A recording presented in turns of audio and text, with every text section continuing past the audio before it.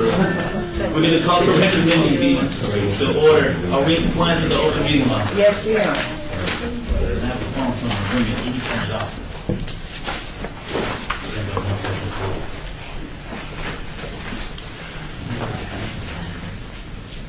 Yeah.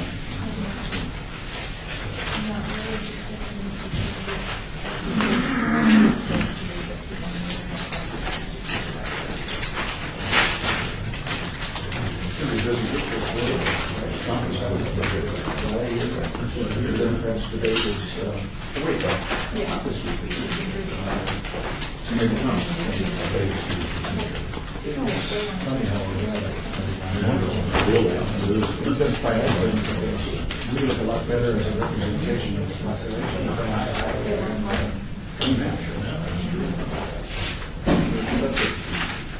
We are to the first line item of business. Council meeting off.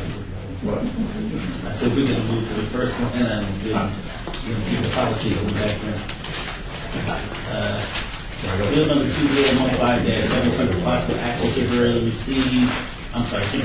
raise the business licensing fee otherwise required of a medical marijuana cultivation facility located outside the city of Las Vegas that will supply medical marijuana products to licensed medical marijuana establishments located within the city of Las Vegas. This is sponsored by Councilman Bob Kaufman. Staff. Thank you. Oh. If I might lead off, thank you. I don't know who's here to testify on it, for it, or against it. We've heard this before. We moved forward with a negative recommendation to council, and council referred it back to us because there were some good points in this bill, but also some good points raised by members of this committee and other people about ways to make this a better bill. So here it is. And I don't think the amendments are prepared, or are they? Val, have any proposed amendments been inserted in here yet? Is this still the first thing? We brought forward an amendment that would include the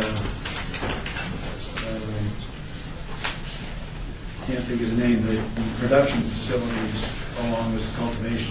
Yeah. And then that was in the backup, I believe, well, it was presented to council when they looked at it before. So That's all that's been put in. what we have, and maybe there will be requests to add more things or take them out. Anyway, the point of this bill, really, for the committee members, is that our dispensaries inside the city limits have a real problem getting supply to sell. And we're not talking about just a gross supply of so many pounds or ounces of certain products, but because there are so many different kinds of products, not everybody is growing the same things. And some clientele of our dispensaries, our city dispensaries, require different strains of marijuana and products. And their preferred supplier can't get it. And so they have to go to the county, I guess, or North Las Vegas, or counties and some other places. So we have a fee which really, if you think about it, in the large picture of things, it never sounded big. It's $20,000 for the permission to come in and do business inside the city. Or cultivated outside the city. But in fact, what it is if you have a limited demand for a very small amount of product, that becomes a huge fee. And so what we find now is we couldn't have understood a year ago. See ahead and see that this is a very sophisticated business, and it's more than just pounds and ounces. It's the mix of things. And so I brought this forward so that our dispensaries could compete with the dispensaries in the county and other locations where there are many, many, many more grow operations. There's only maybe 1.5 grow operations right now in the city, and several of the ones that were permitted are not moving forward. So we've accidentally stuck our dispensaries with a supply shortage. So therefore, that's why I'm asking your request, requesting your support. Now that I'm sure there's a testimony, and I'd like to thank you. Is there anyone from the public wishing to speak on this item? If so, please come forward and state your name for the record. Good morning. Good morning. And I understand that you brought us some I did. I brought you some donuts. And I understand that they are also infused with Don't you wish? medicinal. I wish so much that I could bring you those kind of cupcakes and goodies, to tell you the truth. I can't wait until we have it together where our politicians who are cardholders can get together and I can teach you myself what you need to know. Because I was the first medical marijuana patient advocate and activist here in Nevada to teach people about ingesting marijuana. It wasn't just about smoking it. Thank you for the donuts. You're welcome. Good morning. For the record, my name is Mona Lisa Samuelson. I'm a 25-year resident here in Nevada, 16 years now here in Las Vegas. And I brought you donuts, and I want you to learn about how to take better care of your health. So, that's Well, if you- neither here nor there. Well, that's kind of contrary to. Well, okay, so that's why they should be infused. Because then when you have them infused, everywhere that fat and that sugar would normally go to create harm in your body would then be loaded up with cannabinoids. And so that teaches your body something entirely new, because cannabinoids are something that's even found in mother's milk. It helps your body to restore the balance. But I'm here because of this bill. I really support it. It isn't just about, I want everybody to know that when it comes to medical marijuana, it is not about just smoking a bowl or getting one or two types of strains of material. You really have to remember that it's about ingesting a plant. Now, what survives the lighter is something that gives people a sense of euphoria. But what survives over low cooking temperatures has the power to restore your health. And so when we're talking about trying to start up this industry here in Las Vegas, only the medical patients that I have known for years fully understand what products they need. It takes a long time for people to really grasp that marijuana is about eating it and cooking it. So we need all the different types of strain. We're going to need access to everything we can get to teach these people the right way. Now, in a couple of years, if you want to bring up a fee, that would make much more sense. If you want to create some profit off of this, we understand that. We're medical patients. We would appreciate keeping the costs low, but we know as a public that the reason people want to help us is because they want the tax money. So we're not opposed to you making money and trying to do things with it to help our communities. But when it comes to this and the initial process, when people don't really understand and they need access to everything so that they understand every malady deserves something personalized. No, it's not just a one bag, one brownie kind of thing. So I'm hoping that you'll remember that. And I come here to speak to you for these reasons. It's much more about than just smoking it. And so I need to remind you. Thank you. Thank you for the donuts, by the way. You're super welcome. Can't wait till they're infused. I really can't. Is there anyone else wishing to speak on this item? So please come forward and state your name. I had testimony that last time, so. Okay. Staff. Thank you. Mr. Chairman, for the record, Karen Duddleston, Deputy Director of Planning. At the last meeting, we did discuss the date that is in Section 1. It currently says that the fees would be waived to August 1st, 2016. The fees for medical marijuana are all due July 1st. So from a staff perspective, we're just trying to understand, are you waiving them then for 2 years, or was it through June 30th? Okay, so give us, just remind us and give us the backdrop of the July date in comparison to the August 1st, 2016. The fees for both production and cultivation are flat fees.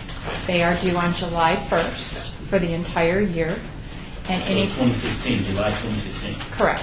Okay, flat fees. And they are prorated. If you come in during the year, those fees are prorated for the remainder of the year that you would be operating in. So for the date that is in Section 1, it currently says August 1st of 2016. So we're not sure, since those fees are due on July 1st, if you're waiving this year's fees through June 30th, or if you're intending to prorate the 2016-2017 fees. I can answer your question. Okay, that's what we were just trying to understand. As I answered that last meeting, which was that we should backdate, so it's only 1 year. And so we were going to change it to July 1, I think, at that last meeting. I think it was June 30th. My notes say We still have it. June And I 30th. agreed to that amendment, but we never got it to the floor where we decided to obey it, so we never proposed Right. to the full council. So that's one amendment that makes a lot of sense. It's just for 1 year. From 2015, June 2015 to June 2016, June 30, 2016. Yeah. And how does that flow with your schedule? That's fine, because the fees would then be due on July 1st.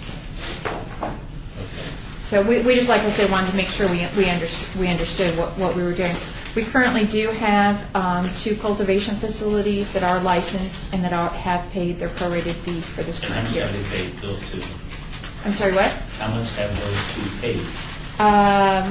In cultivation, one of them paid $1,670, the other one paid $13,300, and the other one paid $16,700 because of the months that they were. That was the prorated, yes.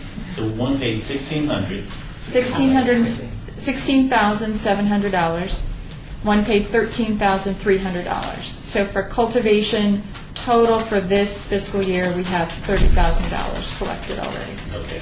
So how do we, if in fact we move forward with this waiver, how do we handle the 2 that have paid? I think that would need to be addressed in the ordinance.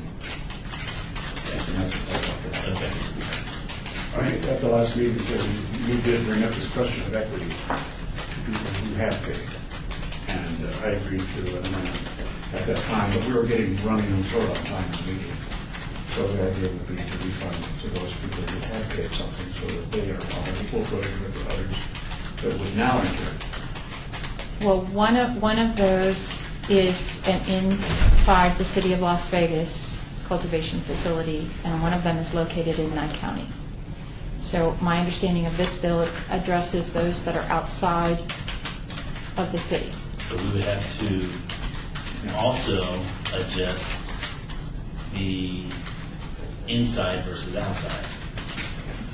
That's right, there was a county commission that came out of county who appeared and spoke in general comments last meeting because of this issue. He wanted to express an interest in having everybody wait, including outside the county. Then the cultivation facilities outside would be paying their own jurisdictions, and those inside the city would not be paying anything. Because we only have a flat fee. We don't have a gross fee on cultivation. The other entities, including Nye County, have a gross fee on cultivation.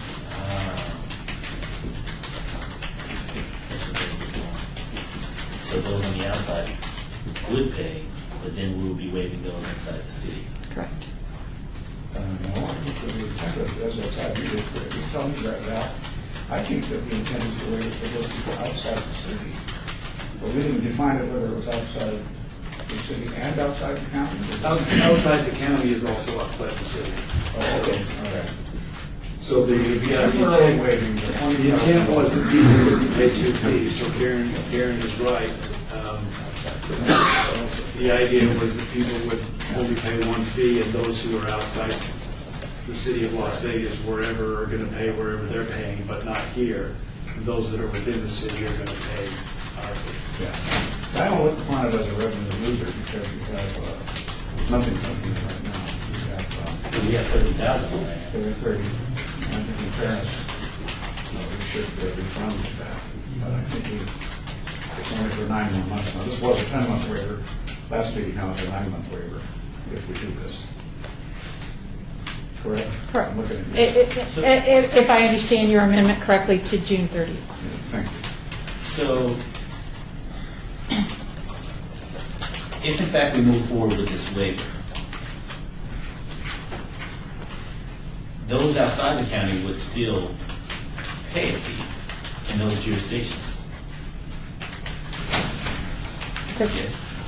That's correct. Yeah, fees in other jurisdictions, Okay, well, Unless the municipalities in those jurisdictions do the same thing that we're doing, someone in the county, for example, would have to pay a fee to operate within the county. correct, they have a business license fee, Right. they do. And so for that, the cultivation that's in the city, if we move forward with a waiver, then they won't pay to the city until July 1, 2016.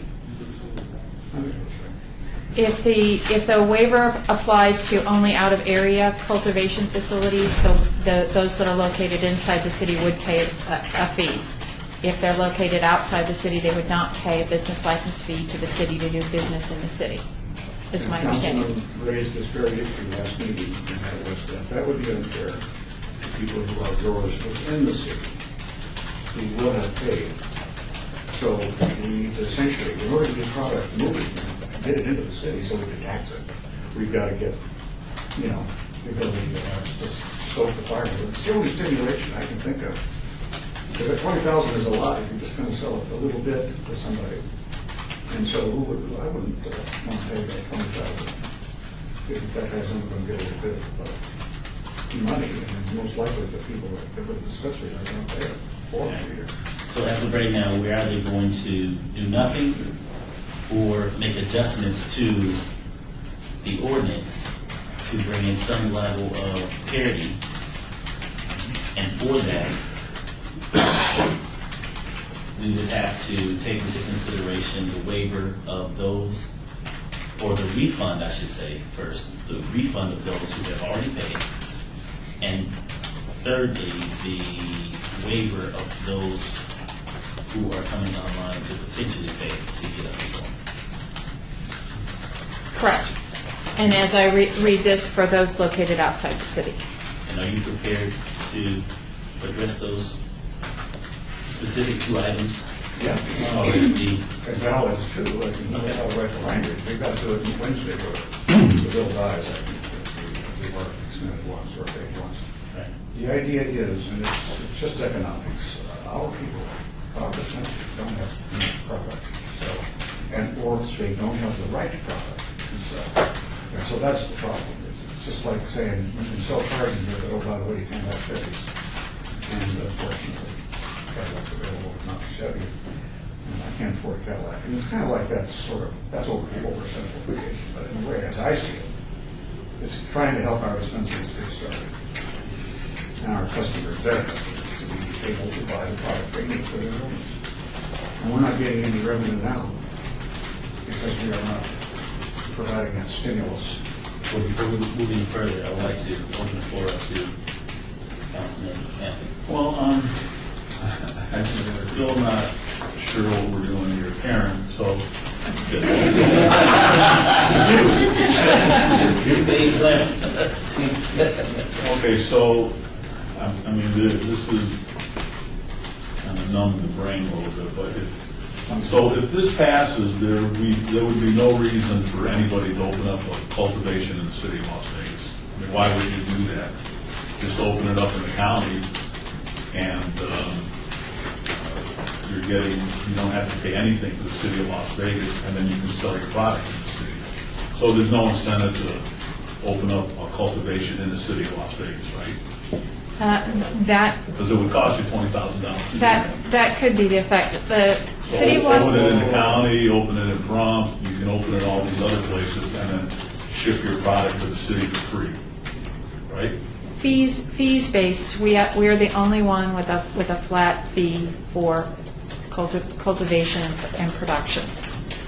So we have a flat fee of $20,000 for cultivation. In Clark County, it's a sliding scale. If they produce over $400,000, it's 3%. That's much larger than that $20,000. Henderson is 6%. North Las Vegas, depending on where you're located, it goes up, increasing every year up to 6%. And Nye County is at 2%. So they will be paying those jurisdictions those fees, but they would not be this year paying the city of Las Vegas.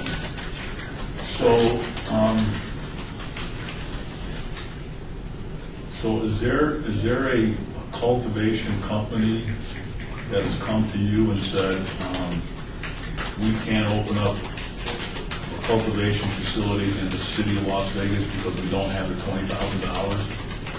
Has that happened? The cultivation facilities really haven't discussed the fees with staff. You haven't heard that? We have one cultivation facility that is opened in the city. We have one from Nye County that is paid and already been licensed by the council. We received calls from another one that was from out of the area. We are in touch with we have 4 other authorized by the state. and they have not come into us ready to move forward at this time. They're in various stages of planning their facilities, but they haven't given us any indication. You have had a cultivation that opened in the county that has paid the fee to us to sell in the city of Las Vegas, They are in Nye County. then they have paid the fee. They have, and they've already been licensed by the council. So, I mean, nobody's called me from outside the city to say, hey, I cannot open up a cultivation in the city of Las Vegas because I don't have $20,000. I haven't heard that from anybody. So I don't know what the stimulus would be for doing this, especially when, I mean, you're already spending taxpayer dollars on regulating this industry, right? Correct. So the whole discussion at the beginning of this was the industry would fund the regulatory section of the city of Las Vegas. I mean, that's kind of what the discussion was. But if we waive all the fees, then it's just coming out of the general fund, and the industry is not supporting their own regulations. So I mean, I just don't, I really don't, I don't understand the stimulus part of it. I don't understand why we're waiving fees. I mean, I don't understand any of this. Sorry, maybe I'm just slow. No, I'd like to help, because her testimony, well, she answered your question. Yeah, but there's she no. didn't give you a full answer. If there were 10 cultivation companies coming here and saying, I can't open up a cultivation because the $20,000 is stopping me from doing that, Well, here's, then I could talk to them and ask them about that. But that hasn't happened. I don't. here's what's happened. And I think you don't hear it because I've got 8 of the 10 in the ward. And so the people that have the dispensaries are the ones that are complaining, not the cultivators. The dispensaries need product to sell. And so it's the dispensaries who are kind of hung out to dry here. So, because they've got these huge investments with not as much product as they need. The city licensed 5 people, we permitted 5 people to do cultivation. 3 of them made no progress at all, correct? At this So- point, no. So we never got the bang out of cultivation we thought we were going to get. That's number one problem. Oh, we only have one that's open. Number 2, we have, what was number 1? Number 2 is that we thought we were going to be smarter than all the others by putting a flat fee on it instead of a fee per gross amount of money, percentage, like the others are doing. But by putting a flat fee on say $20,000 per year, what you've done is you may have created a tax, in essence, that is 10 times the amount of revenue you might get. So the tax now becomes a 2,000% tax instead of whatever it might be liberally, because it's based on a flat number. So we made too many assumptions. We assumed going concerns would start selling instantly. That's how the model was created. But it didn't happen that way. We didn't allow for the lead time for people not only to get started growing, but also to begin to find the right brands or the right strains to sell. If we'd had crystal balls a year and a half ago when we set up these fees, we would have maybe done it a little differently. We would have foreseen there's going to be a problem with product, but we didn't.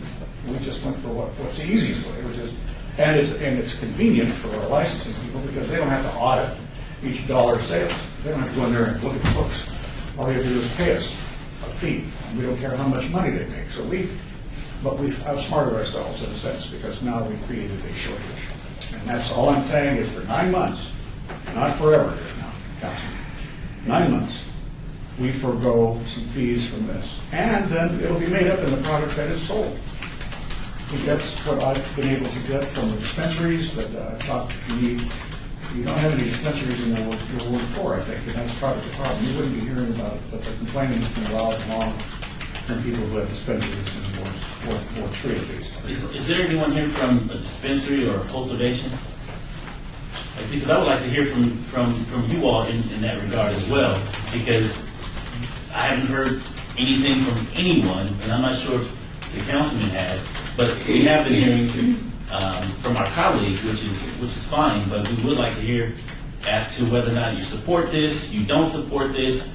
We would like to hear from someone in the industry who has some skin in the game. So if that's the case, I would like to reopen the public comment and allow you to come forward and share with us your thoughts in regards to what's being discussed here today, so that we will be fully engaged to act accordingly on behalf of this new market share, if you will, that's coming into the city of Las Vegas, or that has arrived in the city of Las Vegas. And Chairman Barlow, if you would you ask about the flat fee versus the gross fee, around pay the gross fee? Okay, flat fee versus, Yeah, can I just versus respond, please? please? So, Councilman Hoffman, what I heard, shouldn't this ordinance deal with changing from a flat fee to a gross receipts fee? Shouldn't that be the discussion instead of just waiving the $20,000? Well, we went through so much hell last year, setting these fees up. I mean, they sold me, last time they sold me, and I bought the idea of a flat fee, because that way you don't have to audit it, you don't have to go out and spend a lot of staff time checking books to make sure that, in fact, what they sold was, $100,000 worth as opposed to $3 million or whatever. Are we the only ones that do flat fee? Yeah. Everybody else does. Yeah. Well, yeah, it seems to me the discussion, the ordinance should be introduced to change it to That would take forever. gross fee. Why would that take forever? Well, because that's a whole other thing, we have to create a new ordinance, we have to change. And we've gone flat on all our other fees, we've got a lot of fees out there. We're flat. Well, that's what we do, we change the ordinance. I know, but it takes a couple of months to change it by the time you close it. Okay with And that. go to the hearing, yeah, well, see, that's your perspective. We have Well, let's 9 hear months to do it. Let's hear witnesses. Well, if we just fiddle around it for nothing, Let me hear, nothing will happen. let me hear from our guests. Yes. Sir, please, your name? Ben Silito, Serenity Wellness Center, doing business as Oasis. Okay. We're at 1800 Industrial Road, just And remind us, you're in the city? we're a dispensary in the city of Las Vegas. Okay, thank you, Ben. We're about half a mile from Sahara, so we're just right a stone's throw away from So the county. you're in Ward 1? We're in Mr. Coffin's ward. Oh, East Sarah. East Sahara Oh, and East Industrial Road. gotcha. Oh, no, that's. No. Yeah, right, that's Route 3. You go that way? Just right up to the, don't you go right up to the freeway there? They're just north of Sarah. Yeah, Okay. yeah, so we're on the east side of the freeway. So, And you're with Serenity? Serenity, yes. Okay. So I've spoken with several cultivators outside of the city, and that is where the problem is. In the beginning, this is where it's a concern. Okay. In a year from now, it's not so much of a deal. But these cultivators, there's only a few of them right now that are getting up and running. A lot of them are going to be coming online January, February, March, April, through the May deadline of next year. And Ben, let me just stop you real quick and Yes. ask him this question. How many cultivation licenses do we have in the city? We have the potential for 5 located within the city. Okay, great. And you're a cultivation? Our cultivation is actually located in North Las Vegas. So you're a dispensary? But our dispensary is in the city. Okay, gotcha. Okay, dispensary. Go ahead, I'm sorry. So our cultivation is several months down the line, so this doesn't even really apply to us so much. We're probably going to be sourcing our product from third-party cultivators for the next 6 months, I would say. Okay. So we'll, our prorated fee for the outside of the city would be pretty nominal for the first year. It's not so much of a concern for us internally.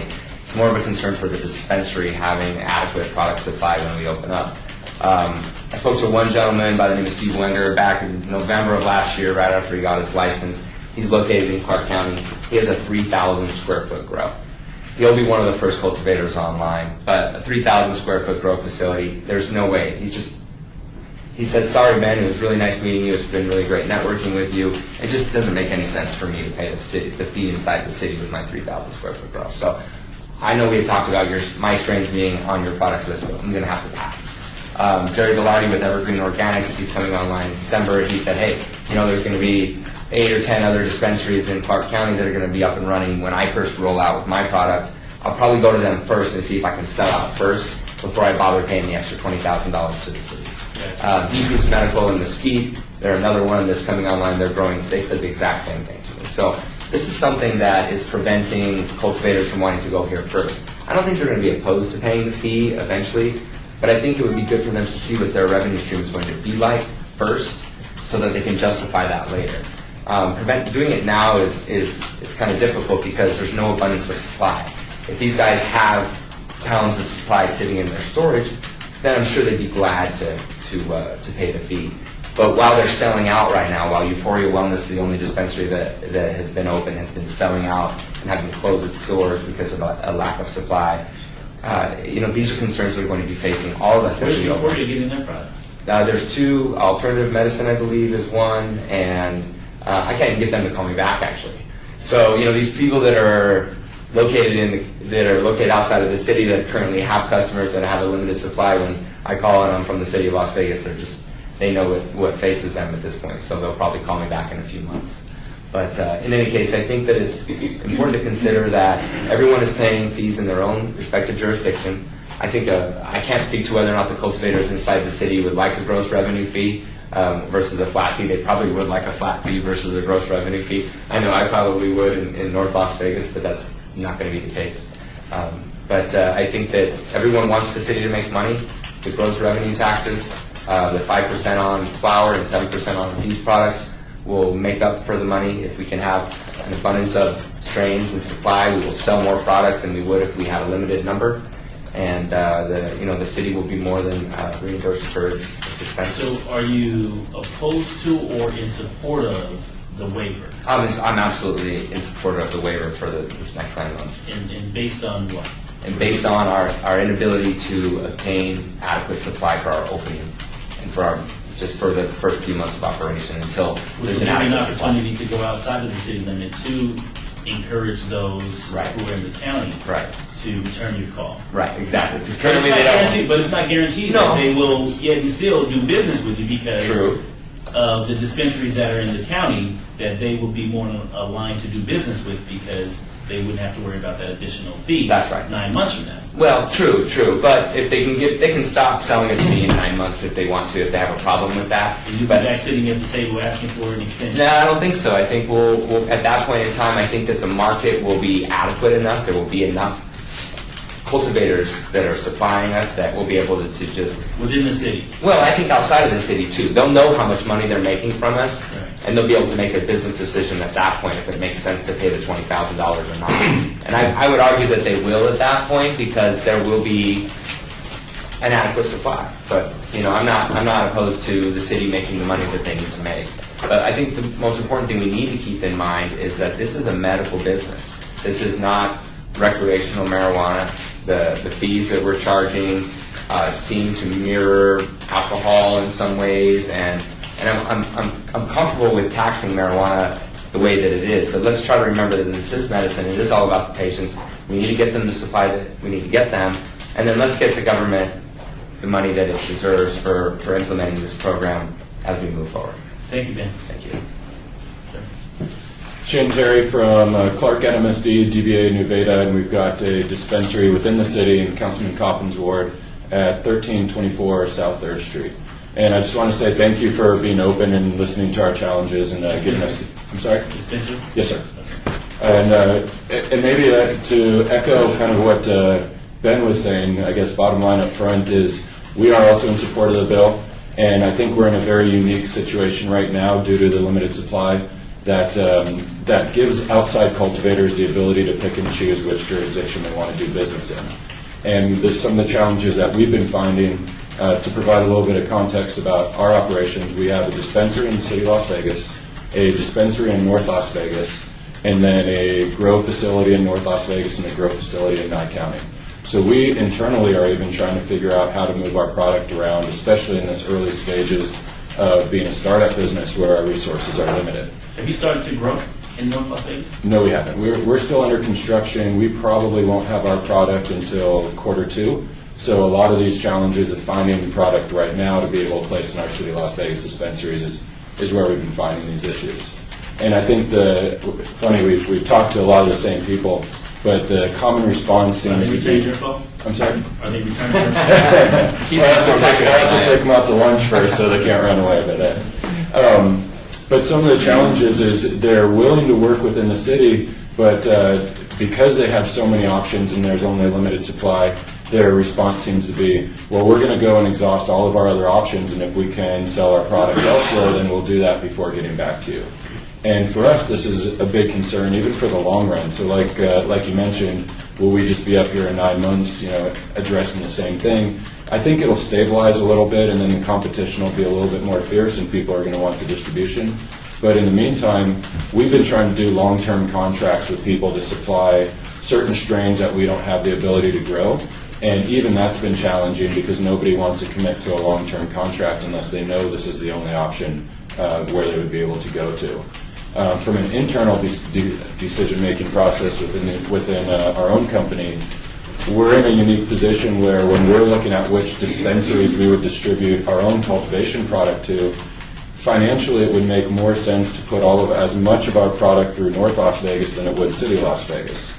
And what we're trying to do is provide the same product for both, but we will incur a significant business licensing fee and taxes for our City Las Vegas operations. And Councilman Coffin, to address your point about the auditing, I still think that we have a pretty challenging audit situation here in the city because we also will tax people or a business licensing fee based on the square footage, if I'm correct. And so what that means is that the auditing team actually will have to go and keep track of all the square footage that these different cultivators are coming up with. One of the things that I got back from business licensing, it's not based on your total facility square footage. It's based off of the square footage that will be allocated to your City of Las Vegas dispensaries. I think that's personally a significantly more burden to keep track of than it would be, just a flat fee or a percentage of revenue. So I think with all these challenges, it is a unique situation for early in the market where there's not a lot of supply. The cultivators have options, and they're simply choosing to go to the jurisdictions where it makes more financial sense. So you prefer more of a gross sales versus a flat fee? I think ultimately the challenge of all the different jurisdictions is everybody's on a different playing field. So the ideal situation for everybody to allow free distribution, not free financially free, but a liberal distribution of product would be if everybody was on the same playing field within the county or similar, where we all had equal business licensing fees. We all supported each other cross-jurisdictionally if that was required. So if that meant that there was going to be a gross revenue fee, but that was consistent amongst all the different jurisdictions, then that would be an option. Or if it was the same flat fee, then that would also be an option. Okay. So you would just like some streamlined process that equals or clears out the fee structure. Yes, sir. In all of the jurisdictions. Ideally, if I'm a cultivator, whether I'm inside the city or outside the city, I would sell my product based on the dispensary that needs it the most, and I wouldn't have to make financial decisions of I can save $20,000 by not supplying a City of Las Vegas versus a Clark County. And I think what Ben mentioned is correct. Ultimately, the dispensary owners and the patients that want to go to those dispensaries within the city are going to suffer from it. Thank you. Hi. Hi, good morning. Stephanie Allen, representing John Ritter's group for investment groups. This particular group has both dispensary and production and cultivation all outside of the City of Las Vegas. And I spoke with the recommending committee last time.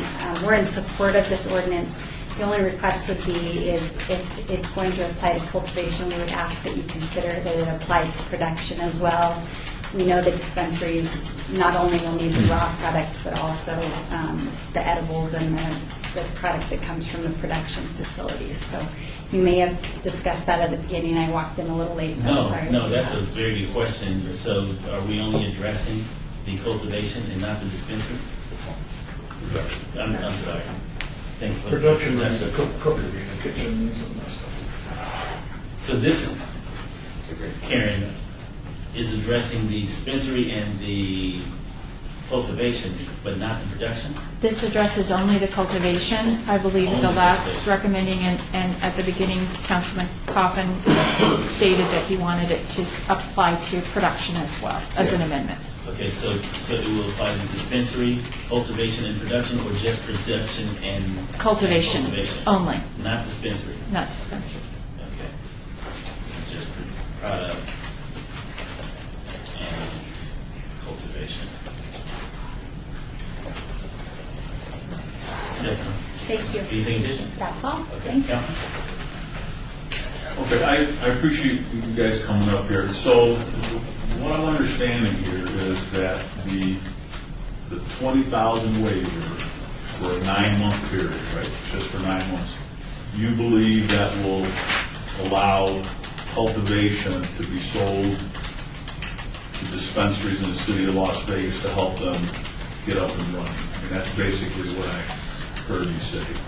And at the end of the 9 months, you believe that things will start to flow, and because I guess that makes sense. If you have a cultivation in the county and you have all your supply can go to the county, why would you go to a city of Las Vegas dispensary? Okay, I understand that now. So,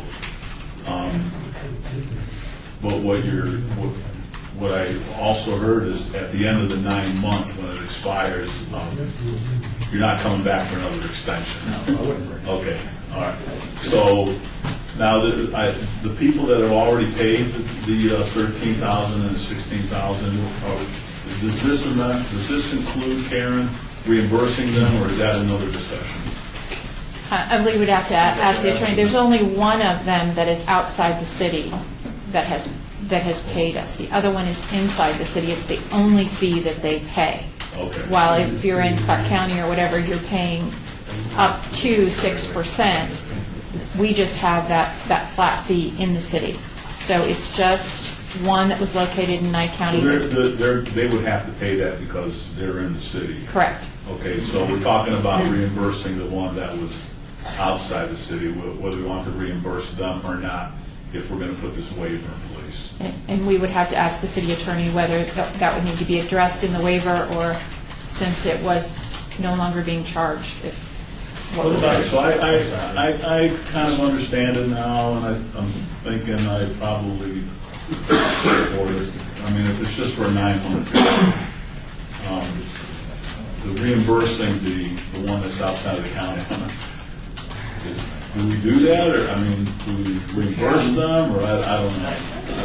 The question that I have is, could it be applied to the following year? Yeah. They've already paid, they've already been Allow it to roll licensed. over to the next fiscal year. We could just hold it. But I guess then again, it would be their choice as to whether or not they would, if they wanted to continue to sell in the city, so Well, I Mr. guess we have Chairman, to ask them. I don't know, if I could ask the chief in here, I don't know whether this bill has been properly posted to include an amendment which could also include a refund provision to people either in or out of the city that have paid something. Well, it's all part of the same discussion, because Val hadn't changed anything from the original, from what you, it's all. So an amendment's okay. Val? You have to say Yes, yes Mr. or no? Chairman, if I could respond to that, I think that fairly within the scope of this bill is the temporary waiver for cultivation facilities, and as we discussed last time, adding in production facilities, and also, I think, putting in some language that would authorize either a reimbursement or a credit to somebody outside the city who has paid. I think it's outside the scope of the bill to either go back in and look at the method of taxation, whether gross or flat, and also to include those within the city, because that's an entirely different subject. The subject was people who are paying twice to two jurisdictions. The subject, the discussion of whether anybody in the city should pay at all, I think is outside the scope, but you're free to include it if you like. That's my opinion. That's a long opinion. I've got longer if you like. I know it, which means that we would have to draw up all this language for us by Wednesday morning. Correct. Or preferably tomorrow afternoon, so we can look at it. Sure. But it can be done, that's important. Since they're paying a gross receipts tax in other jurisdictions, and we, I don't know if we can do this by Wednesday, but if they're not paying the fee, can they at least pay gross receipts if they do sell in the city just like everybody else? I mean, during the 9-month period, or is that make it complicated? It's kind of like they're doing business free in the city of Las Vegas, where they're paying every place else. You know what I'm talking about? So, I understand, in a sense. match the gross receipts for what they pay the county. I don't know. That's good. It may be complicated because it's only a 9-month period, right? A 9-month period, so. But I think we probably maybe need a discussion in the future about whether it should be flat fee or gross receipts fee. Maybe we need to discuss that, but From a regional standpoint. yeah, so, but that's for another day, so. Right. I don't know if you want to make a motion. If they're ready, I'm good. if they're going to testify, well, I don't know. Is there anyone else wishing to speak on this item? So please come forward and state your name for the record. Karen, please don't leave yet.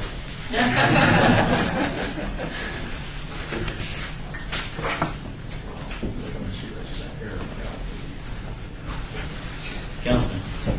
I'm ready for a motion, then, if you are, to amend and to pass this bill with the provisions that the waiver could be for a period which ends June 30th, so we don't state the number of months. June 30th. 2016. Thank you. That it include a waiver on production, what we define as production, which is cooking and creation of product.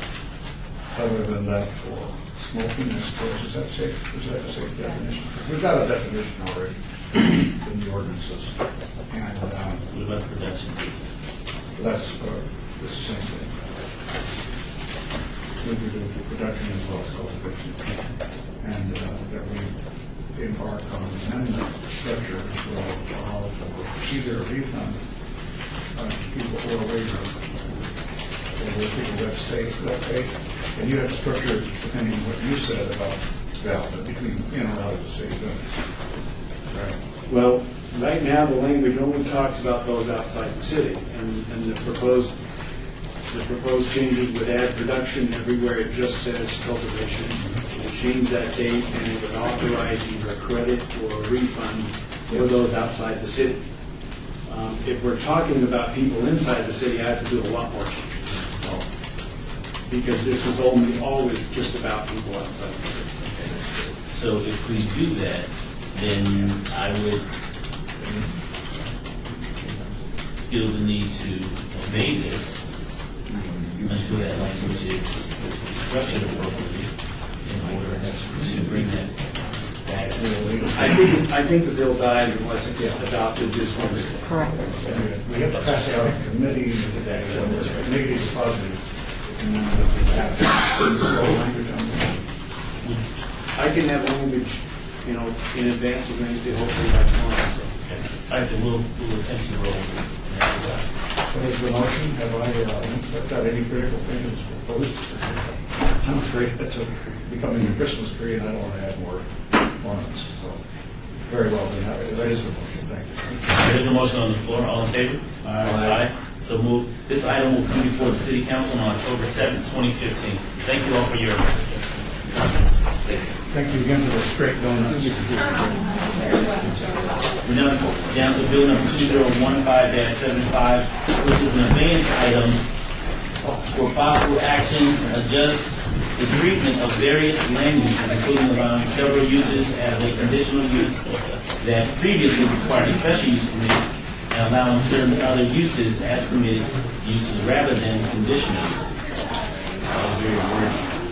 Sponsored by Councilman Bob Davis. Yeah. If anybody here has an 11 o'clock appointment with me, I'm sorry that they understand. Thank you, Mr. Chairman. Members of the committee, Tom Perry, the Planning Director, for the record. Mr. Chairman, at the last meeting, there were a number of questions regarding this bill, so if it's okay with you, I'd like to go through very briefly, section by section, and kind of explain what's in there. You're going to go to the First Amendment, Bill? You're not going to go to the original bill. Go ahead, sir. Yes, okay, thank you. All right, so Section 1 just simply clarifies what the bill is. Section 2 addresses assisted living apartments, those apartments with minimal assistance to seniors, including preparation of meals, housekeeping, monitoring, and medications. The proposal is to allow assisted living apartments as a permitted use in R2. Currently, it requires a special use permit. The use is also permitted in R3, R4, and with a special use permit in C1 and C2. Over the last 2 years, there has been one of these approved with no waivers, Staff believes this would not impact neighborhoods in R2, and it would change the approval from 79 or 98 days, depending on whether it's final action planning commission or not, change it from 79 or 98 days to 1. Okay, were you going to move forward to the next one? It's up to you, Mr. Chairman. Yeah, one by one, because I Okay. have questions Okay. in regards to several items. Yeah, sure. I'm So sorry. the First Amendment is attached to this. Right. We have a bill, and then we have a First Amendment. So you look at the original bill, I've already got a First Amendment, about 6 pages in. What page is it? From here, just, we got about 6 pages.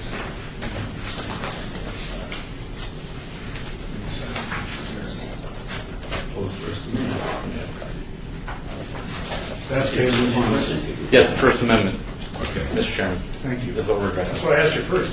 Yes, I'm sorry. Okay. Oh, okay, then I'm confused. Repeat that again, Tom. As far as the First Amendment piece. Well, that's the version of the bill that we're addressing. I was going through it section by section. Okay. Did you want me to go straight to that, or did? No, I want you to Okay. go through the sections. Okay, great. So Section 2 addresses assisted living apartments. These are apartments that provide minimal assistance to seniors, including preparation of meals, housekeeping, and monitoring of medications, those types of things. The proposal is to allow assisted living apartments as a permitted use in R2. Currently, it requires a special use permit. The use is also permitted in R3, R4, and with a special use permit in C1 and C2.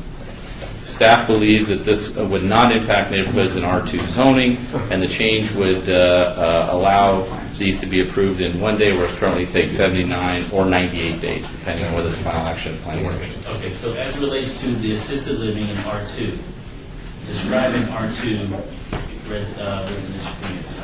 R2 is consistent with medium-low or medium-low attached land use, which allows residential densities up to 8 for medium-low or 12 units per acre up to for medium-low attached. Okay. And how many have we had, have we approved in the last 12 to 24 months? In the last 24 months, one of these has been approved with a special use permit. Where was the location? I'm sorry, I don't know. Okay, find out the location for me. Okay? Okay, go ahead. Okay, and these are addressed in different sections, so I'm just taking it item by item. So in sections 3 and section 12 addresses automobile rental, facilities for rental of new or used automobiles. Proposal is to allow automobile rental as a conditional use in C1. Currently, it requires a special use permit. The use is also allowed with a conditional use permit in C2, CM, and M. Conditions that would be required: no more than 5 vehicles on site in C1 zoning, no vehicle sales on site. Parking requirements would be reduced from 1 per 300 square feet to 1 per 200 square feet, or roughly 1 less space for every 600 square feet. The conditions that were previous, or that are currently in there for spillage of light onto adjacent properties, the orientation of garage doors, and storage are being proposed to be removed here because all of those standards are in 19.8 in the commercial chapter of the code, so they already exist. There's no reason to have those on the special use permit as well. There have been 2 of these approved in the last 2 years, and that represents 100% of the cases that were submitted without waivers. We find that the impact of allowing rental cars of 5 or fewer in C1 would be minimal, and it would reduce the time to approve these from 79 or 98 days to 1. So, having said that, allowing the car rental or used cars to be sold on C1, that will allow for corners where major shopping developments are on C1 parcels. Used car opportunities would exist for those locations without special use permit, correct? No, sir. There would be no sales. No sales allowed at all. It would simply be, these are like, what we're seeing is more repair shops that want to have cars available, rental cars available for customers who have to leave their car. There would be some regular rental agencies in some of the inline retail. But there is no sales. It is only for the rental, and you are limited to 5 cars on site in C1. Rental only, Rental only, no sale. no sales. Okay, sections 4 and 13 addresses beer, wine cooler on sale establishment. Beer, wine cooler on sale allows for the sale of beer, wine cooler on premises, and per Title VI, only with the sale of a meal, and a restaurant must have at least 30 seats. The proposal is to allow beer, wine cooler as a conditional use in C1, C2, CPB, CM, and M zoning districts. Currently, it requires a special use permit in all those categories. The distance separation of 400 feet from protected use remains. There have been 26 beer, wine cooler on sale approved in the last 2 years, representing 100% of all cases with no waivers have been approved. The change would reduce the time of approval from 79 or 98 days to 1. And again, these are restaurants that come back in and ask to be able to sell beer, wine with a meal, like a pizza place or whatever. 100% of those have been approved, and that's why staff's recommending that they be allowed to do that under a conditional use and be granted within 1 day so they can move on with their business. So beer and wine only with food, not to include liquor. Correct. Sections 5 and 14 address building maintenance, service, and sales. These are facilities for area for contracting services. The proposal is to allow building maintenance, service, and sales as a conditional use in C1. Currently, it requires a special use permit. The use is also permitted in C2, CM, and M. Important condition is no outdoor storage is allowed. There have been 0 of these in the last 2 years, and again, it would reduce the time frame from 79 or 98 days to 1. And how many have we approved? 0. Again, this is going through the use table, seeing where there's opportunities to clean up and make things simpler. Sections 6 and 16 address convalescent care facility nursing home, a building designed to house and provide care for individuals who have a chronic physical or mental illness or infirmity. Which section? I'm sorry. Sections 6 and 16. Buildings designed to house and provide care for individuals who have a chronic physical or mental illness or infirmity who do not need medical, surgical, or specialized treatment. The proposal is to allow convalescent care nursing home as a conditional use in R3, R4, and office. Currently, the use is allowed with a special use permit in R3 and R4 and is not allowed in office. The use is also allowed in all other residential categories except for townhome with a special use permit and is permitted in C1, C2, and CPB. Some of the conditions would be required minimum parcel size 10,000 square feet or larger, maximum number of beds 50 per acre, and it must be on a collector street or larger. There have been 0 of these approved in the last 2 years. This change would reduce the approval time in R3 and R4 from 79 or 98 days to 1. The use is similar to hospice care, which is permitted in C1 and allowed with a special use permit in office. So hospice care is permitted in C1 and allowed with a special use permit in office. The use is less intense in hospital, which is also allowed in office with a special use permit and is permitted in C1. We did a little bit of research. Clark County, many Southern California cities allow this use in office and all zoning categories with a special use permit, and some cities, such as Salt Lake City, allow this as a permitted use in all categories. With the growing demand for convalescence care with the aging population and the generally underserved nature of medical in Nevada, staff believes the use can be conducted in a harmonious and compatible manner in the office zoning district. Sections 7 and 18 addresses restaurant with service bar. This is a bar where drinks are prepared to be served in a restaurant and only with a meal. Drinks cannot be purchased by customers directly from the bar. These are full alcohol drinks. They're mixed back of house to be served with a meal to the customer at their table. The proposal is to allow restaurant with service bar to be approved as a conditional use in office through industrial categories. Currently, the use is allowed in all of those categories with a special use permit. Again, the conditions remain for distance separation from protected uses. There have been 2 of these approved in the last 2 years, and 100% were approved that did not have waivers. This would change the approval period from 79 or 98 days to 1. No liquor. No, it didn't. And I'm sorry, no off sale.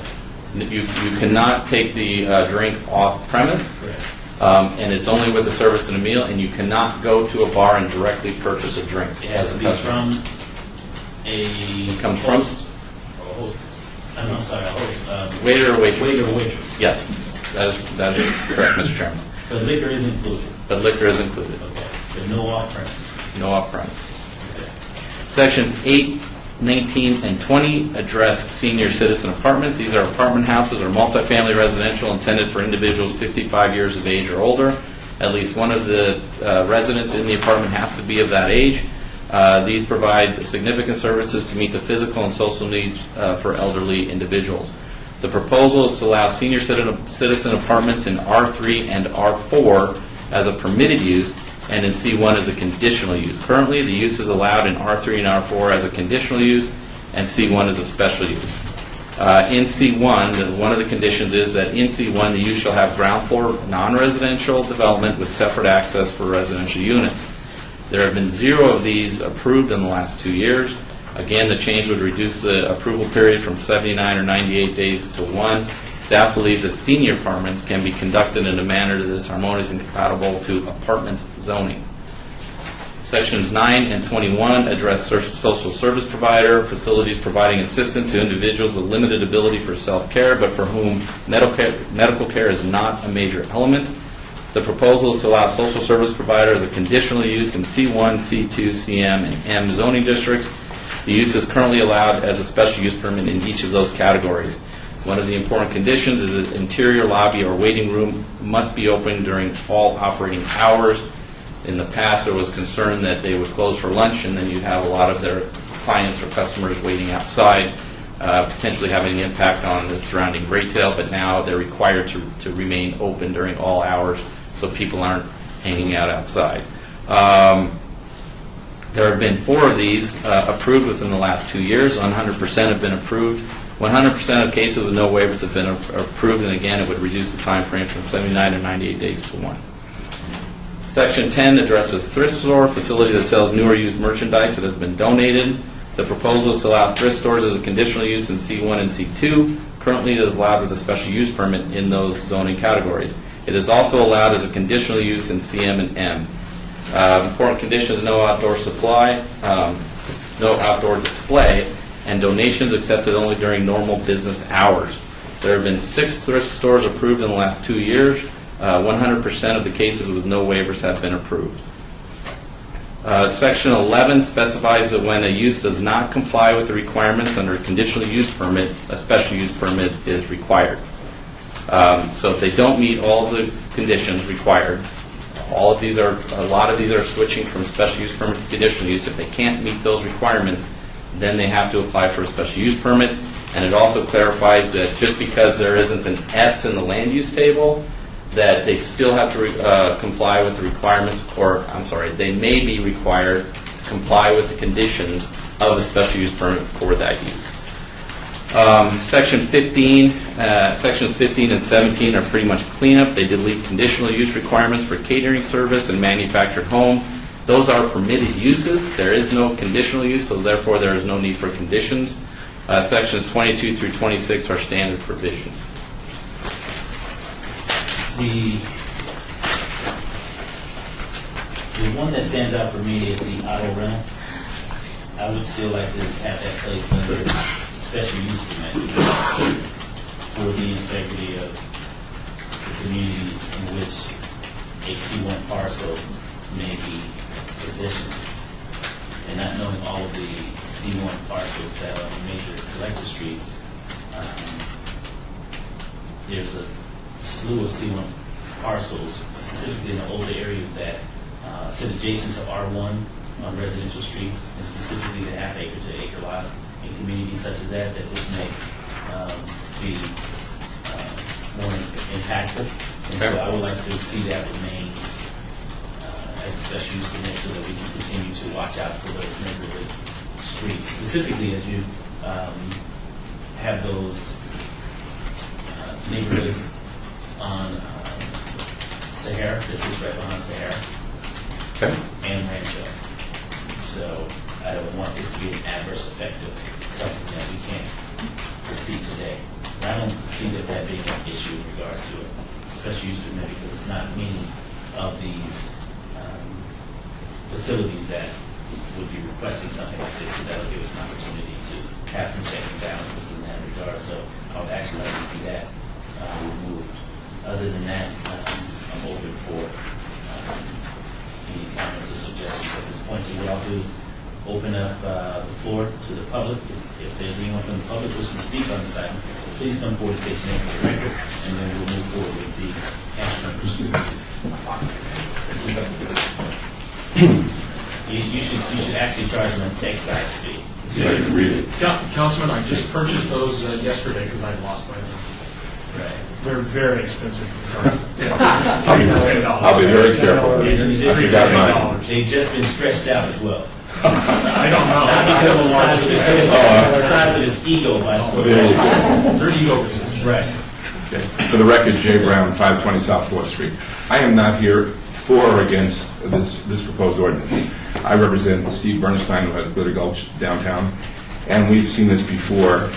I call your attention, since we're talking about the proposed First Amendment, let's look at page 6, paragraph 4. It talks about the minimum distance requirements and regulation 1 do not apply to.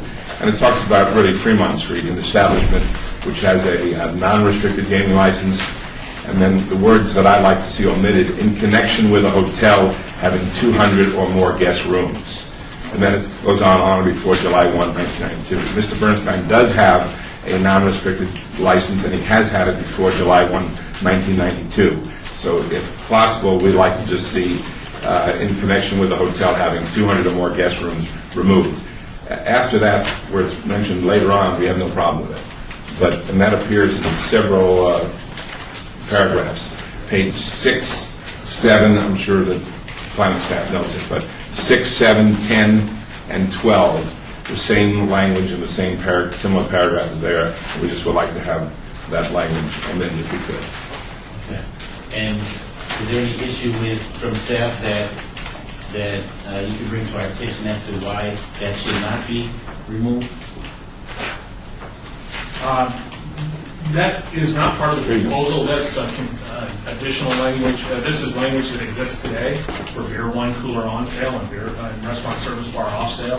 What it does, if you remove that language, you would then require hotels to seek special use permits if they add a restaurant with beer, wine, or a restaurant service bar into their hotel.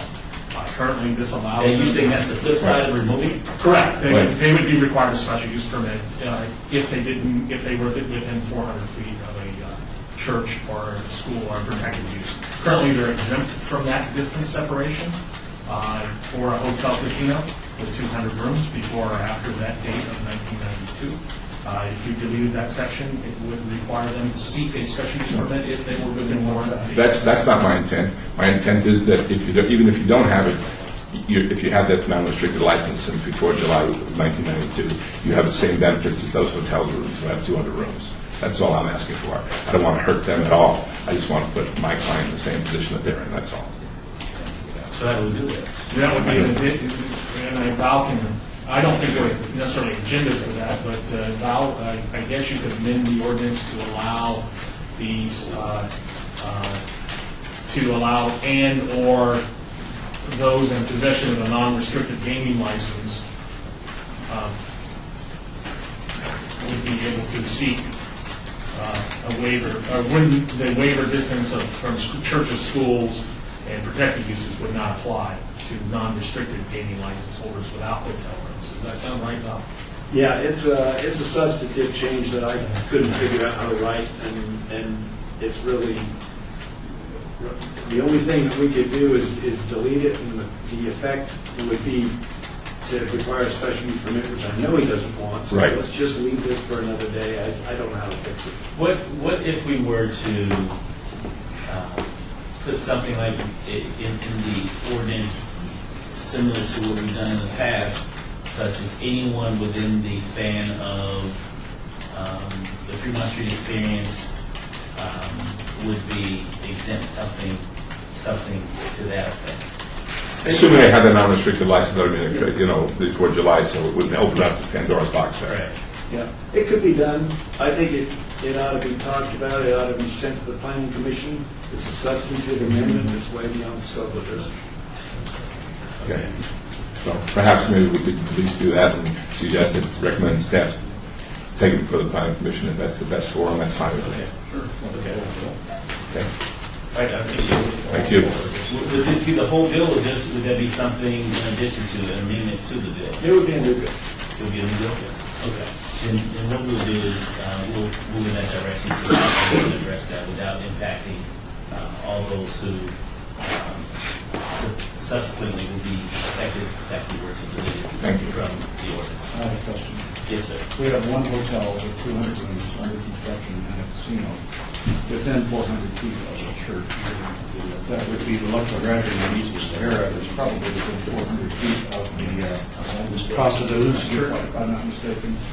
So will this affect anybody unintentionally the permitting of that? If we leave it alone? There's no change to any of that, other than this language in some cases moves between special use permit and conditional. But in most cases where you see that language in this bill, it's being deleted because it comes from special use permit. But it's not going to affect any existing operation. This is not existing yet, it's under construction. Why? Right, it's not going to change anything that wouldn't be impacted whether or not this bill passes. Okay. Staff? Anyone else from the public wishing to speak on this item? So please come forward and state your name for the record. Sir?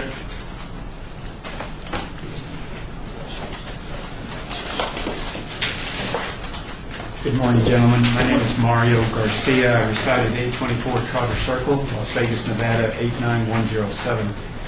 I'm here to speak against Section 6. I apologize. I don't know if Amendment 1 changed any of the language that was in the original bill. Can someone on staff answer that? Doug Rankin for the record. Yeah, Section 6 was amended. There were some dimensional requirements that were deleted from convalescent care, requiring certain setbacks.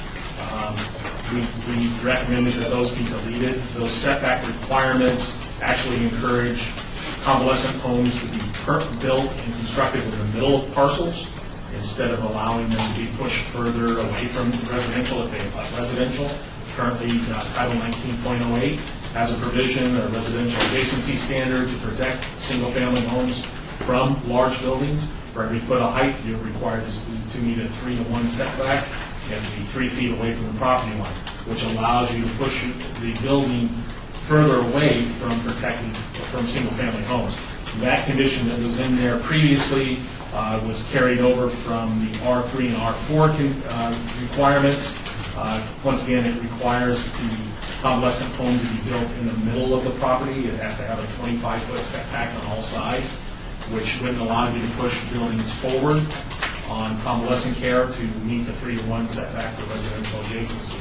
So staff felt it wasn't conducive to providing any protection for if office convalescent care facilities abutted single-family homes, and the 3-to-1 did a much better job. So if you had a 20-foot tall building, you had to be 60 feet away from the single-family home. Under the old provision, you only had to be 25 feet away from the single-family home. So the new provision is 60 feet? The current provision is 60 on a 3-to-1 residential. The old provision for convalescent care homes in R3 and R4, the condition was a 25-foot setback on all sides. Which forces you to push the building in the middle of the property. You can't push them away from things and forward. And this will allow you to do that by deleting that. That was the amendment that you proposed. Okay. Sir? Okay. All right. Yeah, I don't see too much harm in that amendment, actually. So I think I agree with staff. That building I'm concerned about, that this Section 6 impacts is already built. It's got the setbacks, and I don't believe that the proposed changes would affect that. In other words, correct. So, but I am opposed to Section 6. This was something that was brought initially before the Planning Commission, as stated last time. It was seeking a change in zoning from the current CD to C1 in order to allow what the code currently requires, and that's that convalescent care facilities / nursing homes be on a C1 zone property. At that Planning Commission meeting, 4 out of 6 of the people who spoke said that they were opposed to the C1, but that they would welcome if staff could find a way, a workaround, as they referred to it at that time, to allow this business, that is the applicant, to go on that particular location. It was held in abeyance to give staff time to investigate, and what you have in front of you, I guess, is proposed Section 6 in this bill essentially makes a permissible use on the current zoning that is on that parcel. What is the current zoning?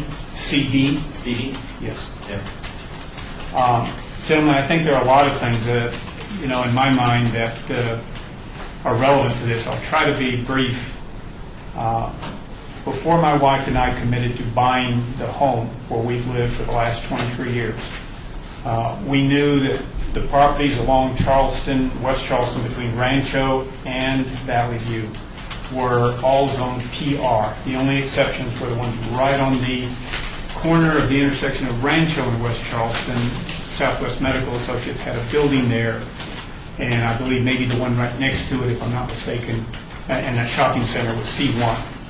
But everything beyond that, heading west on that street, was PR. And PR had some even more protections, I think, written in the old code that limited density and height and the residential nature of the buildings. They had to be residential in character, et cetera. So we took into account those facts, as well as speaking to neighbors, looking at the history. The history showed that people in those neighborhoods that adjoin either side of West Charleston were strongly opposed to any further commercialization, intense commercialization of those properties.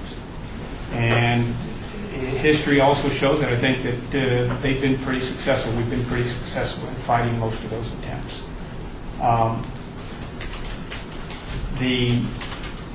I think that's critical. When someone chooses to live where they want to live, you know what's there, and I know Mr. Coffin lives in one of the older wards too. You kind of sense that you don't want to see dramatic change. If it's residential, you'd like to see it remain residential and hope that people value those properties, the features that those old neighborhoods offer, et cetera. So that was one of the... You'll never live nearby. Well, I know where you live, unless you moved, which I don't think you have. But So the parcel in question that causes a rub for you in your residence. Yes. Go ahead. All right, sir. Another important fact, all 5 single-family residential property owners that adjoin this parcel that would essentially, be impacted if this is approved, are opposed to this. They're opposed to any modification of the city's current Unified Development Code that would enable these specific use, this convalescent care facility, to be on that parcel. And in addition, another uh, 16 oppose it also that live close to, in very close proximity to that parcel. These are people that probably live within 300 or 400 feet of the boundaries of that parcel, along Shetland and on Trotter Circle. And the residents are opposed to what's being proposed before today, and that's to eliminate the special use permit to allow for convalescent to be approved under the conditional use versus the special use permit. They're opposed to it entirely. In other words, we're not in favor of approving this with a special use permit. Okay. Much less conditional. So we would just like to see that section deleted. Another point is it is a 24/7 operation. And I know that most of the business will be conducted during normal business hours. That's understandable. But it is still a 3-shift per day with employees coming and going. It will have a full-service kitchen. And that's a concern because they're not just preparing the meals for the patients, for the children that will be in the facility. It's for staff and visitors. And frankly, the prevailing winds in Las Vegas are mainly from the south-southwest, I believe. That's what I've at least researched. And know that to be a fact, because we do have some restaurants that are in that Smith Shopping Center, and we occasionally do get, some smells and some odors from the restaurants, but it's not as frequent. And your neighborhood sits right on the back side of the Smith's development and also the west professional side. office on the north side of Charleston, correct? That's correct. Okay. That's correct. So that's a concern to us.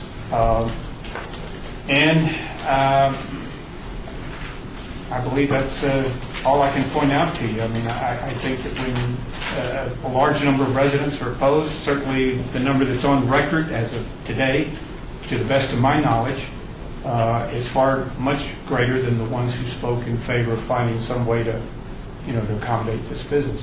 We certainly have great respect for the business, for the Positively Kids Foundation.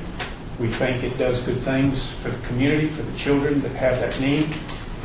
But we certainly feel that there are probably other locations that are C1 that they could probably look at and utilize without disrupting, bringing a little bit more disruption to our lives. We have office now, medical office. It's a 8 to 5, 9 to 5 operation, Monday through Friday. We get relief in the evenings and on weekends. We enjoy relative quiet, from car doors and the traffic coming in and out of those buildings and car alarms accidentally going off and, landscapers and et cetera and all the other stuff that goes on office use. But I appreciate it. Thank you, Mr. Garcia. Is there anyone else that wishes to speak on this item? If so, please come forward and state your name for the record. I have a question to Flounder, and I'm not sure I can direct off of you, but right now with the zoning that exists in that building, could they also have a pain clinic? They could, Doug Rankin for the record, a clinic would require C1, but they could have a doctor's office at that location. They could also have hospice by right, 24-hour hospice care by right in the CD zoning. It's permitted currently without a special use permit or a condition. So you should have some pretty wild uses if you think about it inside medical professional. And staff, when we were looking at this, when this came forward, we looked at the CD zoning, which is a retired zoning that has been replaced with an overlay that doesn't allow the heights of the building above 20 feet. And that was its only real use. We compared that use table to the office use table and saw what was different. And also looking through that, we came across hospice, which is permitted in CD zoning, which is very similar to convalescent care. Matter of fact, the difference might be that maybe you go home from the convalescent care is the goal. In some forms of convalescent care, others are continuing care as you're aging. So we looked at that and saw the impacts of hospice versus the impacts of convalescent care in the surrounding areas, where you would have office zoning and abutting those areas, and knowing that you're allowed convalescent care as a special use permit in residential zonings, all residential zonings, you can seek that. We felt that we had a hole in our code. That was all R1 in the beginning out in Yeah. West Charleston, frankly, way before professional. And because I know about that stuff, being so old, but you could sometimes get the unintended consequence of turning one thing down and end up with something else that could actually be considerably more disruptive. Mario mentioned my home, which is on Fifth Place, which is a hoot and holler, 162 feet away from the property line on the strip. So it's going up. Some zoning, or it's up. Nothing I can do about it. Or would I care to at this point, because I bought the house next to, the strip 27 years ago.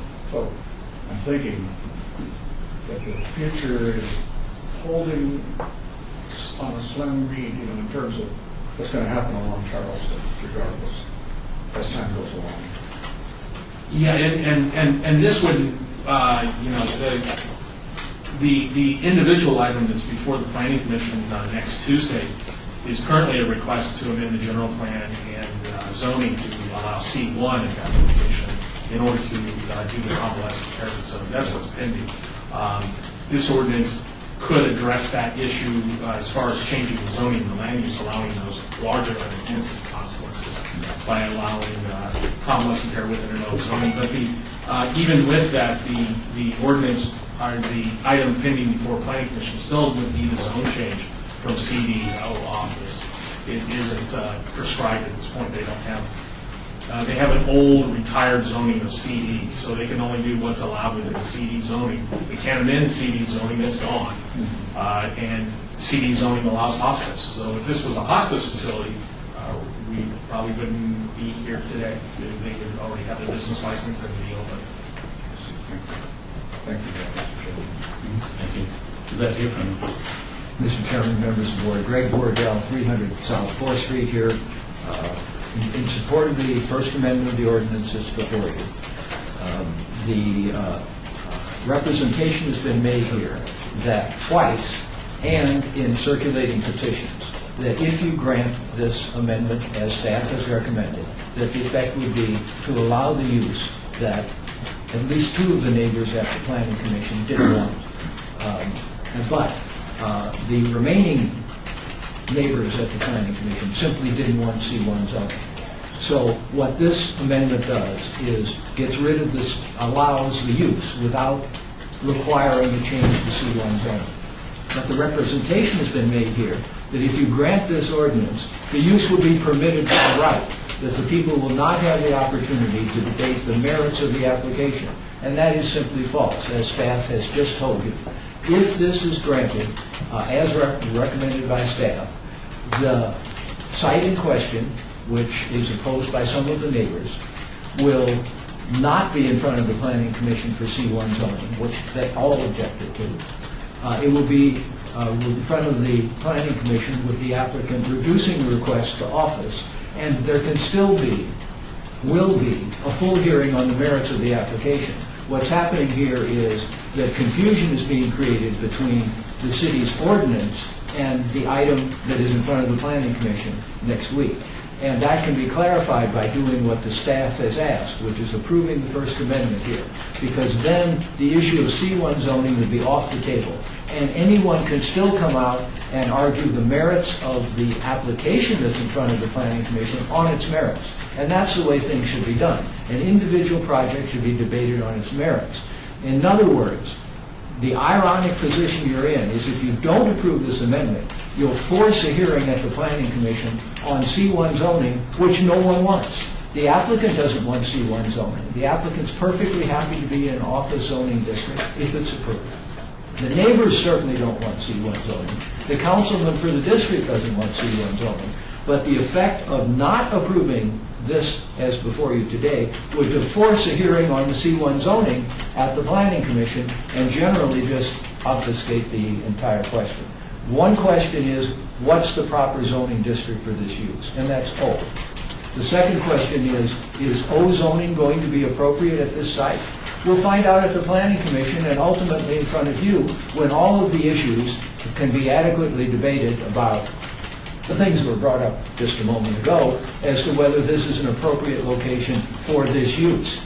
But it is foolish and it simply complicates and confuses the issue now to argue that it should be forced to be a hearing on C1 zoning, which no one wants, even though staff has supported the use in C1. In other words, it's in front of the Planning Commission with a favorable staff recommendation. But the only reason the applicant sought C1 is staff said that's the only way to do it under the existing rule. Fortunately, we think they were already working on this cleanup amendment to get that off the table. So we can have a clean hearing next week at the Planning Commission, subsequently to you, on the question of, is the use appropriate? You need to pass the ordinance as amended. That will not give them the right to do the use. That will simply get the C1 question off the table, which no one wants. We don't want a hearing on C1. We don't want to defend it. We don't want the neighbors to be stuck with C1 if that argument should prevail. And the council person doesn't want C1 there. So nothing is gained and much is lost if you don't follow the staff recommendation there. Thank you. Is there anyone else wishing to speak on this item? If so, please come forward and state your name for the record. Seeing none? Okay. So the question that I have for you, Doug, is the current zoning. Let's go back to the current zoning of where we are today.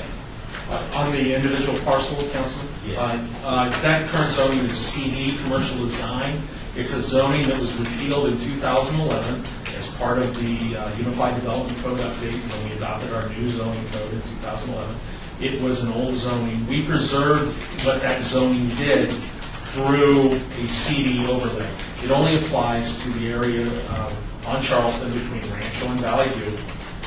And it restricts the height of buildings of 1 story or 20 feet, whichever is less. That was what the CD zoning did in that. That's all it did. And that's why we asked not to have it as a zoning category, but as an overlay in order to protect. But and it does restrict the development along Charleston, along that section of Charleston, because it's very hard to develop a building over 20 feet tall that's functional. It does many things. Most of even traditional office buildings are 22 to 24 feet tall. That's where they come in under their standard ones. So their current zoning is CD. Okay, so the current zoning which is an archaic zoning. Is CD. And at this same location in other areas, what would the zoning traditionally be? It would be C1. C1.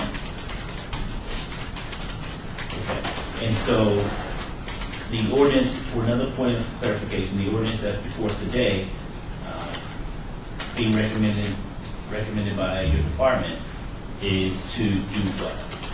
I used to allow convalescent care within an oval office zoning itself. There's nothing specific to the parcel in question that has been brought up here. It has its own items going through. It would allow them to amend their application from C1 to O office if this were to pass. And as Mr. Boreal has indicated, that's what they're amenable to doing. If it passes, they would amend their application from C1 to office. And how many situations do we have like this in the city? Whereas this would pose a problem to, as far as what you're proposing today? Oh, how many office parcels do we have that abut single family That will homes? fall into this category. We did a quick study of that to see where we were at. I believe the number of parcels came in at around 35 to 36, where we had office zoning abutting, potential office zoning, because we still have our old PO zoning where it would abut single family homes. So would this help out the broad community in that respect, or do you foresee other impacts? Because we do have residents that are concerned in regards to what's being, the potential and the possibility of the erosion of the communities that they bought into. Well, looking at So we have to convalescent basically care, take that into consideration. right, looking at the secondary impacts of convalescent care. Convalescent care is a 24-hour care. It's nursing care level. It's not doctor care. You're not ambulances rushing in to bring people to have surgery like a hospital. Hospitals are allowed in our office, by the way. They're permitted. Non-collector streets are larger by a special use permit. You can have a hospital. Sure. Absolutely. It's permitted within our zoning code. Okay.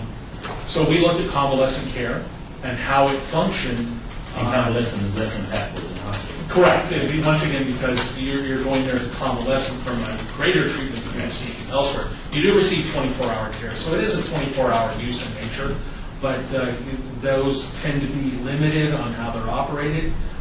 Once again, visitor hours tend to be limited during daytime hours. You don't have people there at 3 a.m. in the morning visiting people.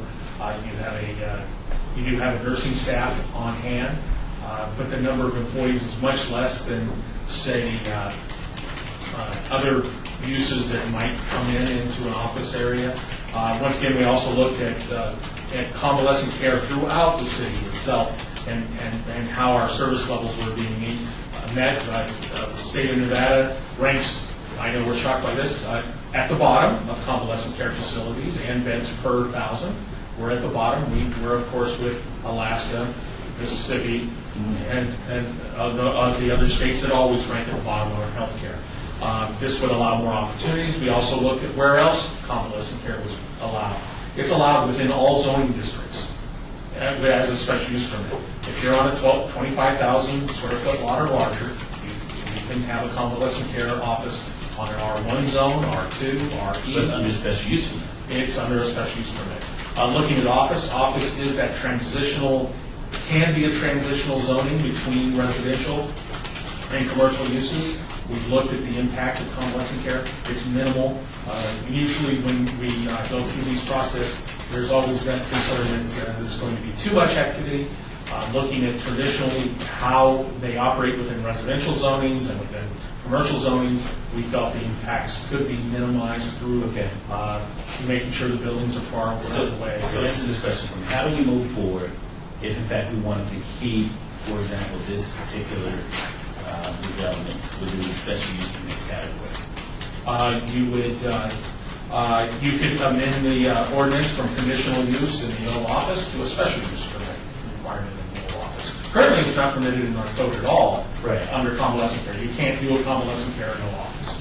You can do it everywhere else in every zone. The reason I bring that forward is because we do have another item that's coming up on our October 21st City Council agenda that residents will be out in droves to address the same issue in regards to the special use permit. And so I think keeping everything balanced, specifically as residents continue to rise up and speak out against the higher density uses coming into their neighborhood where before everything was quiet, and now they perceive that it could become louder than what they bought in for when they purchased their homes.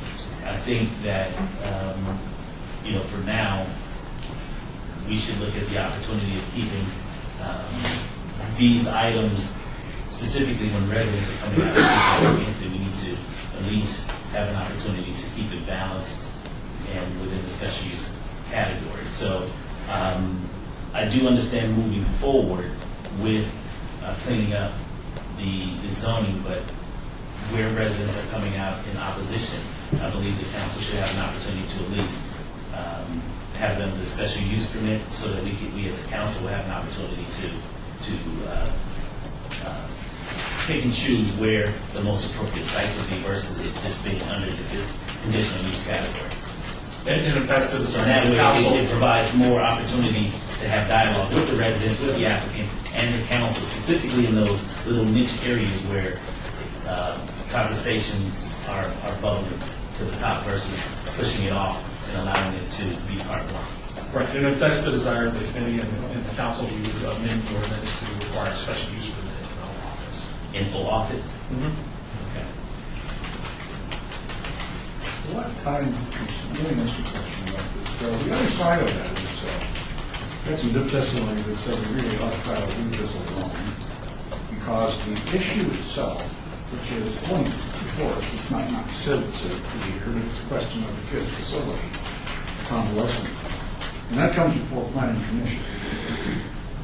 In the first testimony on this bill, what I heard, the objections particularly from Mario, were that there were effects, consequences of having a facility, a certain name of facility there. But I don't see us able to act on mitigation here. That's the Planning Commission's ability to. We can do that, but not today. Mitigation is how you solve problems that you might create by allowing something to be a little different from the zoning. So, for example, if we move this forward as is, does that then allow the Planning Commission, on the instant case, as it considers whether or not to make the change, to allow that business but force them to have mitigating construction, landscaping, odor control, noise control, all those things?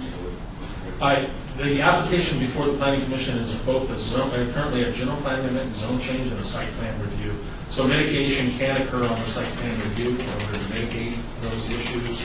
That may note the secondary impacts of having a 24-hour operation with parking and landscaping and the operation of a in order to service the patients there at the convalescent care can be addressed on that site. That was my point, is that I was thinking, I'm sympathetic to the application, but should I be sympathetic to it if there was no ability for us to force mitigation? And it sounds like we do have that ability. If we move this forward unamended and we proceed, and we're going to follow this issue, so we will see what planning forces, and planning will force some mitigation. It's bound to happen.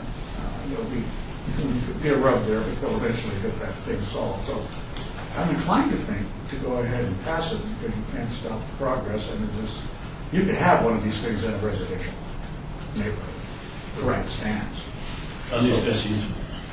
Yeah, I know, but it's like, it's a medical district. Let's say it's deep to be a medical district. You can't start saying no to medical uses, bringing convalescent uses inside a medical district. It must be clearly know what's happening.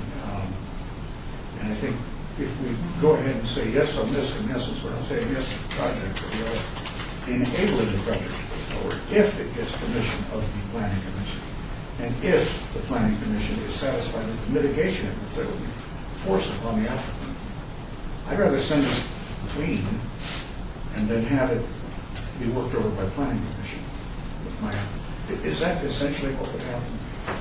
For that specific item, what I think Councilman Barlow was concerned about other office special uses and having the ability to mitigate those through public hearing. Is that correct? Right. Well, because we have an out- It's broader than just the item that's coming up before planning commission.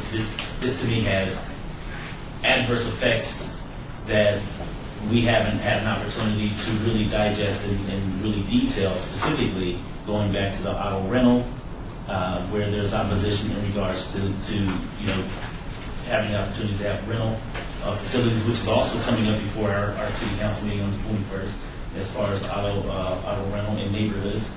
And whenever residents have concerns in regards to the administrative conditional use versus the council having an opportunity to communicate with our neighbors who have concerns. I mean, I don't think we should take the special use permit out of our control because it may have an adverse effect a year or so down the line to where we want to have some conversation. However, we basically allow this conditional use to speak on behalf of those customized conversations coming out of our neighborhoods. And I see the auto rental and the convalescent being one of the two, because I know that they're the first two that are coming before us 2 weeks from now.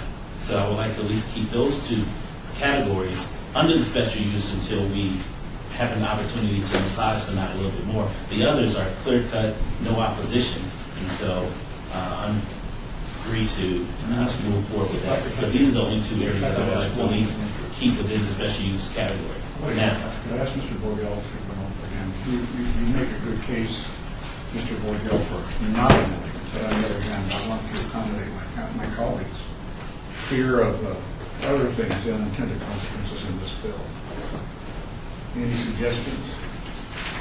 Well, first, I would point out that if the special use permit issue is introduced at this time, it will cause this project to be delayed at least until December Planning Commission, January City Council, which I can't guarantee you that everyone's willing to leave the economics in place that long. I think they will, but I can't guarantee that. It seems that applying the special use permit now on this ordinance would kind of have a retroactive effect on the application now pending. Having said that, I certainly agree that there are cases where the neighbors need to have notice of what's going on and a chance to participate in a public hearing environment.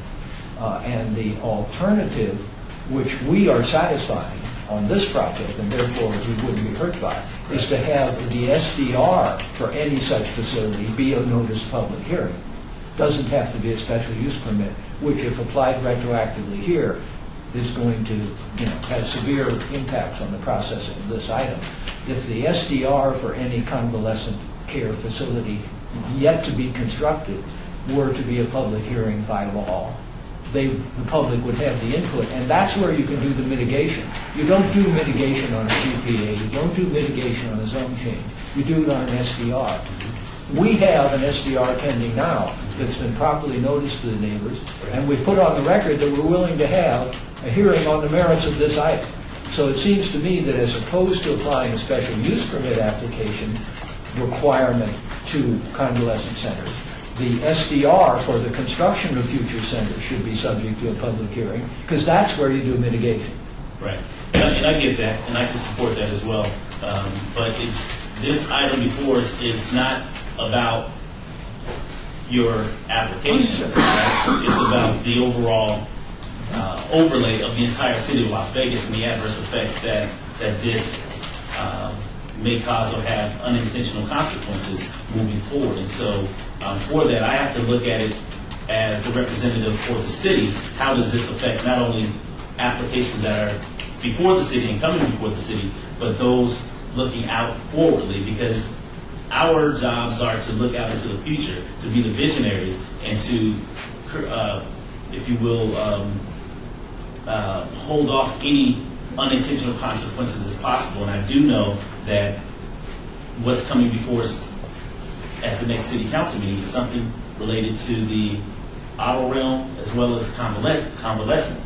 And so while those conversations are still heated and they're really community driven, because we have members here from the community to speak for or against the application that you have currently in the process with the city of Las Vegas. And I have a couple hundred residents that will be here in a couple weeks talking about this same category.